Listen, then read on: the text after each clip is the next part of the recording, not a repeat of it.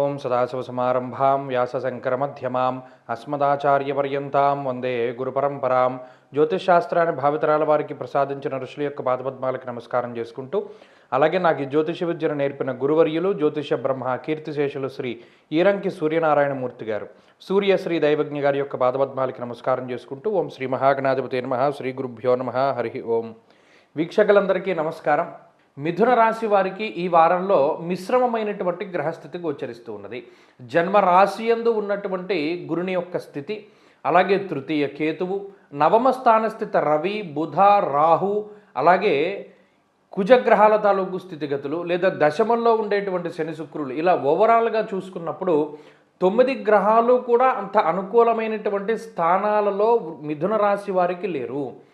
ఎప్పుడైతే గోచారంలో 9 గ్రహాలు ప్రతికూలంగా ఉంటాయో, మరి ఏమంటే గత వారంలోనేమో గ్రహణం తాలూకు శుభ ఫలితాలు ఒక నెల రోజులు ఉంటాయన్నారు కదా, మరి ఈ వారంలో ఏ గ్రహము అనుకూలంగా లేదని అంటున్నారంటే ఇక్కడ మీరు ఒక విషయాన్ని గమనించాలి. దేని ఫలితం దానిదే. ఇప్పుడు గ్రహణ ఫలితం చెప్పాము, ఒక నెల రోజులు బాగుంటుంది, ఆ గ్రహణం ఫలితం గ్రహణందే, ఆ నెల దానివల్ల బాగానే ఉంటుంది. కానీ మరలా డైలీ గోచారంలోకి రావాలి.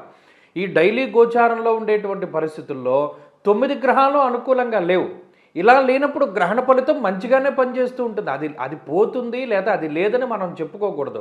కానీ ఈ వారంలో 9 గ్రహాలు ప్రతికూలంగా ఉన్నందువల్ల కొంత జాగ్రత్తగా ఉండాలి. ఏ జాగ్రత్తలు పాటించాలి? నిత్య నైమిత్తిక జీవితంలో మనం చేసేటువంటి చిన్న చిన్న పనుల దగ్గర నుండి పెద్ద పెద్ద పనుల వరకు గోచార గ్రహస్థితి ఉపయోగపడుతుంది.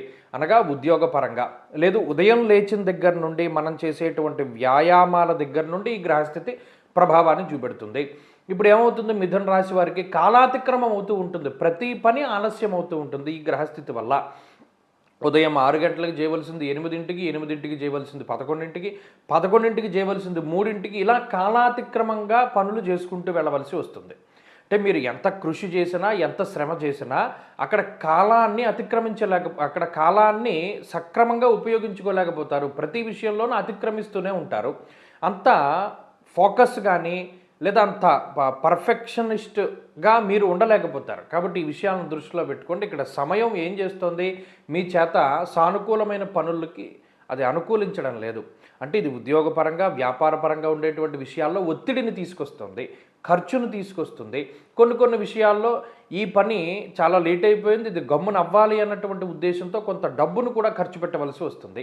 కాబట్టి ఇక్కడ ఈ 9 గ్రహాలు వ్యతిరేకంగా ఉన్నప్పుడు ఏమవుతుంది, పెద్ద ప్రమాదం ఏం కాదు, అదృష్టం ఉండదు. ఈ విషయాన్ని దృష్టిలో పెట్టుకుని ఈ గ్రహాల తాలూకు అనుకూలత కోసమే ప్రతిరోజు నవగ్రహ స్తోత్రాన్ని పారాయణ చేస్తూ ఉండడం చెప్పదగినటువంటి సూచన.